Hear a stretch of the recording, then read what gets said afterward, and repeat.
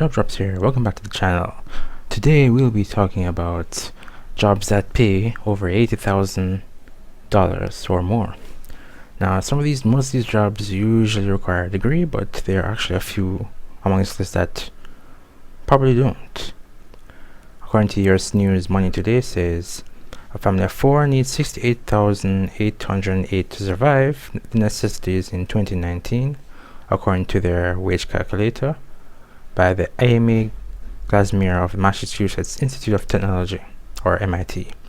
However, earning more means extra cash for discretionary spending and more comfortable lifestyle. And they have the following list that earns at least $80,000 a year.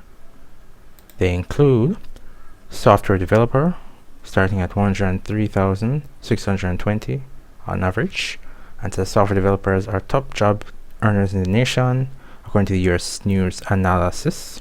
Workers in this field enjoy incomes, strong job growth, and diverse employment opportunities. Software developers may work in an office, be employed remotely, or to be self-employed. Depending on their specialization, they may create software for computer systems or applications. Of course, have you heard the rise of the Internet of Things? So you're going to need more software developers who can be able to develop software for these different devices, as well as to connect them to other things. Also, you have IT manager. These are also known as computer and information system managers. They typically are responsible for the technology used by business or organization and may analyze systems needs, plan upgrades, and purchase equipment. Some IT firms and firms in general may specialize in a certain type of technology or oversee a tech department. It's a career with good prospects and a great income potential. And actually, just like software developer, you don't necessarily have to have a degree. And that it will depend on which field you're applying for, whether web developer, general programmer, like having Python, Java, C, C++.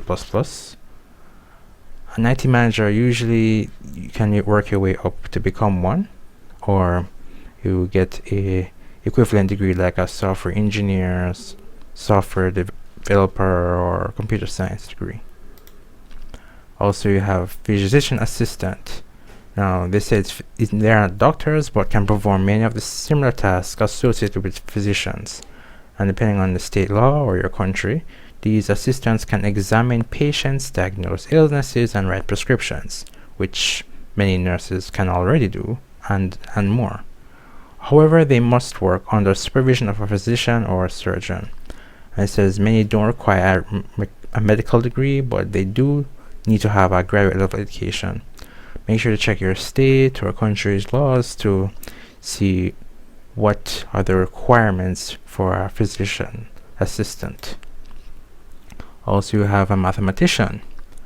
Mathematicians have skills that make them valuable in diverse industries, and of course it includes especially in the banking and trading industries, such as like anything to do with stock markets or anything dealing with your finances in general. While educational institutions are commonplace to find mathematicians as teachers or researchers, they can also be hired by businesses, the government, and healthcare organizations. Mathematicians may be called upon to analyze data for use in decision making, or their work may be used to measure the effectiveness of an organization's policies and procedures. It's depending on what kind of person you are, or if you're interested in this field, you can actually get into it, get a degree in it. You can even teach yourself some of the principles before entering a college. So even associates in mathematics can actually open up a variety of opportunities. It's just for you to check it out and see if it's right for you. Next one we have is a statistician. Now, these are also a more specialized type of the mathematicians, but some of their things kind of intertwine.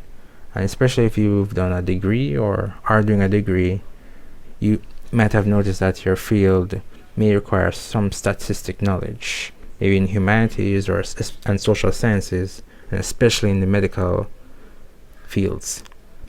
They say that the big data is increasing demand for statisticians who can crunch numbers for businesses. They may be called upon to analyze information for marketing, research, or other purposes. Statisticians have a job that is valuable across industries. And additionally, to business, they may be hired to work in academia, healthcare, or the government. And as you know, they always have a census, so they need persons who can able to crunch those very large numbers quickly. The finance world also uses them to measure productivity in their business, as well as to probably even do future predictions. So both a statistician or mathematician can actually open up a variety of opportunities for you. And of course, you don't have to have a degree in either of them. You can actually at least have an associate's, and you can most oftentimes get a good paying job. But of course, you need to check your state or country for the requirements to become a statistician.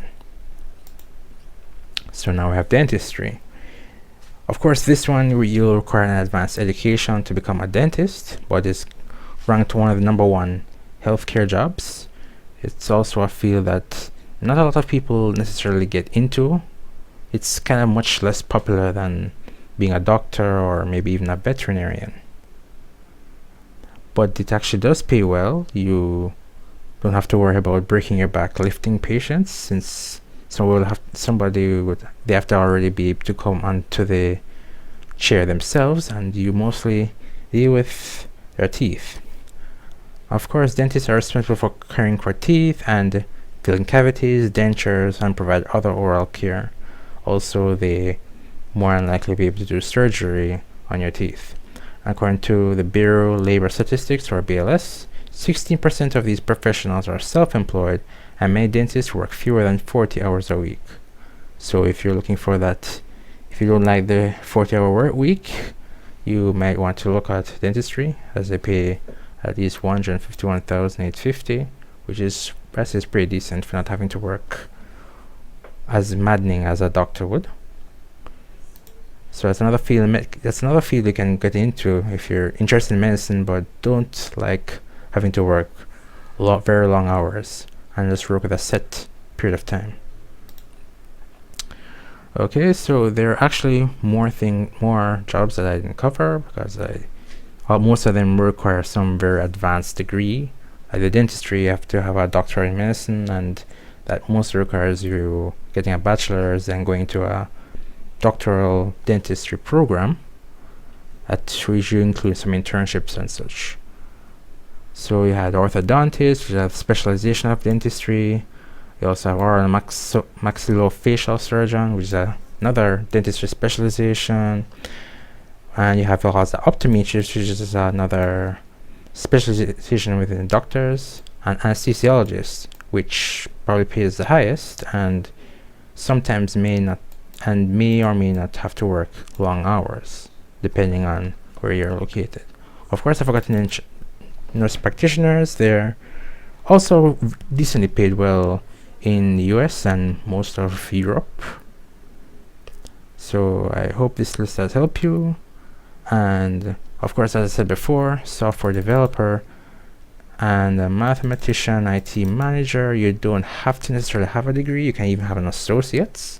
In fact, especially software developer, you can just actually teach yourself if you're dedicated enough, or find a intensive, maybe 3-6 months course on it, and eventually, maybe after working for a bit, you can become an IT manager as you gain skills through whatever first job you've gone into. This has been Job Drops. I hope you find this information valuable. Please click the button and subscribe to the channel for more